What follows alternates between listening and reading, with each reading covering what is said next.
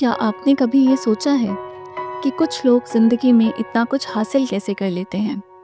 मतलब एक ही देश, एक जैसी ज़मीन, एक जैसे हालात, लेकिन कोई करोड़ों में खेलता है और कोई दिन में 2 वक्त की रोटी के लिए भी जूझता है। ऐसा क्यों? नेपोलियन हिल ने भी यही सवाल खुद से किया और जवाब ढूंढते-ढूंढते उन्होंने एक ऐसी किताब लिख दी जिसने दुनिया भर के लाखों लोगों की ज़िंदगी बदल दी। Think and grow rich. लेकिन ये किताब सिर्फ पैसे कमाने की नहीं है, ये सोच बदलने की किताब है। ये उस सफ़र की शुरुआत है जहाँ इंसान अपने विचारों की ताकत से अपनी किस्मत बदल सकता है। नेपोलियन हिल को ये विचार मिला एंड्रयू कार्नेगी से, एक बेहद सफल बिजनेसमैन। उन्होंने हिल से कहा, अगर तुम दुनिया के सबसे अमीर और सफल लोगों को इंटरव्यू करो तो मैं दावा करता हूँ कि तुम्हें सफलता का एक कॉमन सूत्र मिलेगा। और फिर शुरू हुआ एक सफ़र। 20 सालों तक हिल ने 500 से ज़्यादा सफल लोगों से बात की। उनमें से कुछ नाम तो ऐसे हैं जिन्हें हम रोज़ सुनते हैं: Thomas Edison, Henry Ford, Alexander Graham Bell. उन्होंने देखा कि इन सभी के पास एक गुप्त ताकत थी। वो था उनका विचार करने का तरीका। अब यहाँ सोचने की बात यह है कि सोच तो हर किसी के पास होती है, लेकिन कुछ की सोच साधारण होती है और कुछ की सोच में आग होती है। नेपोलियन हिल कहते हैं, सब कुछ सोच से शुरू होता है। अगर आप सिर्फ मन ही मन सोचते रहेंगे कि काश मेरे पास पैसे होते, काश मैं सफल होता, तो कुछ नहीं बदलेगा। लेकिन अगर आप ठान लें कि मुझे ज़िंदगी में ये करना है और मैं इसे करके ही रहूँगा, तो वही सोच धीरे धीरे आपका रास्ता बन जाती है। ये किताब एक बात बार बार कहती है, आपकी सबसे बड़ी पूंजी आपका दिमाग है। अब यहाँ एक छोटी सी कहानी सुनिए। एक गरीब लड़का था, घर में कुछ नहीं था, लेकिन उसके अंदर एक आग थी कि मुझे एक दिन अमीर बनना है। वो हर दिन खुद से कहता, मैं ये कर सकता हूँ, मैं करूँगा। उसने कोई बड़ा स्कूल नहीं देखा, ना ही कोई बड़ा शहर, लेकिन उसके इरादे बहुत बड़े थे। आज वो लड़का एक सफल बिजनेस चला रहा है। कैसे? क्योंकि उसने सबसे पहले अपने दिमाग को बदला, फिर हालात अपने आप बदल गए। इस किताब में एक और दिलचस्प बात है, ऑटो सजेशन, यानी खुद से बात करना।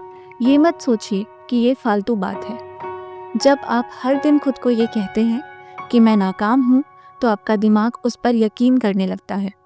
लेकिन जब आप रोज़ खुद से कहते हैं, मैं सफल हूँ, मैं अपने लक्ष्य के करीब जा रहा हूँ, तो आपका दिमाग उसी दिशा में काम करने लगता है। इसे आप ऐसे समझिए, जैसे एक बीज बोया हो।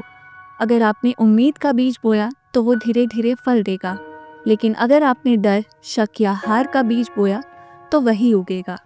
हिल एक और बहुत ज़रूरी बात कहते हैं, सिर्फ किताबें पढ़ना, डिग्री लेना या दूसरों से सीखना काफ़ी नहीं होता। असली ताकत तब आती है जब आप उस ज्ञान को व्यवहार में लाते हैं, यानी उसे अपनाते हैं। सिर्फ ये कहना कि मैं कुछ बड़ा करूँगा काफ़ी नहीं, उसके लिए ठोस योजना चाहिए, मेहनत चाहिए और सबसे ज़रूरी धैर्य और निरंतरता चाहिए। अब यहाँ बहुत से लोग फंस जाते हैं। शुरुआत करते हैं, जोश में रहते हैं, लेकिन जैसे ही चीज़ें मुश्किल होने लगती हैं, हार मान लेते हैं। नेपोलियन हिल कहते हैं, अधिकतर लोग जीत के ठीक पहले हार मान लेते हैं। मतलब जब मंजिल बस एक कदम दूर होती है, हम थक कर लौट जाते हैं। तो अगर आपने मन में कुछ ठाना है, तो बस एक बात याद रखिए, रुकना नहीं है। और इस सफ़र में एक चीज़ बहुत काम आती है, वो है सही लोगों की संगत। हम जिन लोगों के साथ रहते हैं, उनसे बहुत कुछ सीखते हैं, अच्छा भी और बुरा भी।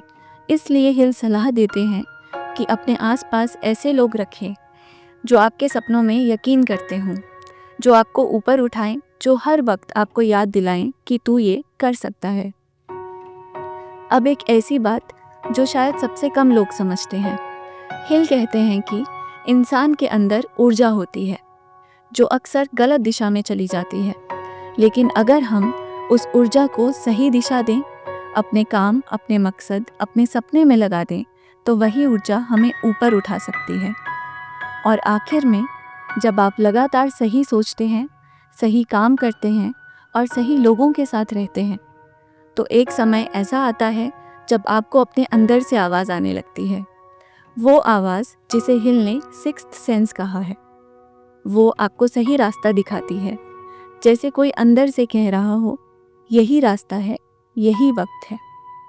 तो सोचिए, क्या आप उस सोच को बदलने के लिए तैयार हैं? क्योंकि सोच बदलते ही आपकी दुनिया बदल सकती है। थिंक एंड ग्रो रिच हमें यही सिखाती है कि सफलता बाहर नहीं, हमारे अंदर ही है।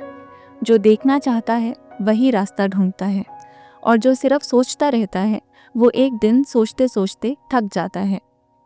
आप सुन रहे थे मिट्टी की महक, जहां हम कुछ अद्भुत किताबों के साथ मिली सीख को शेयर करेंगे।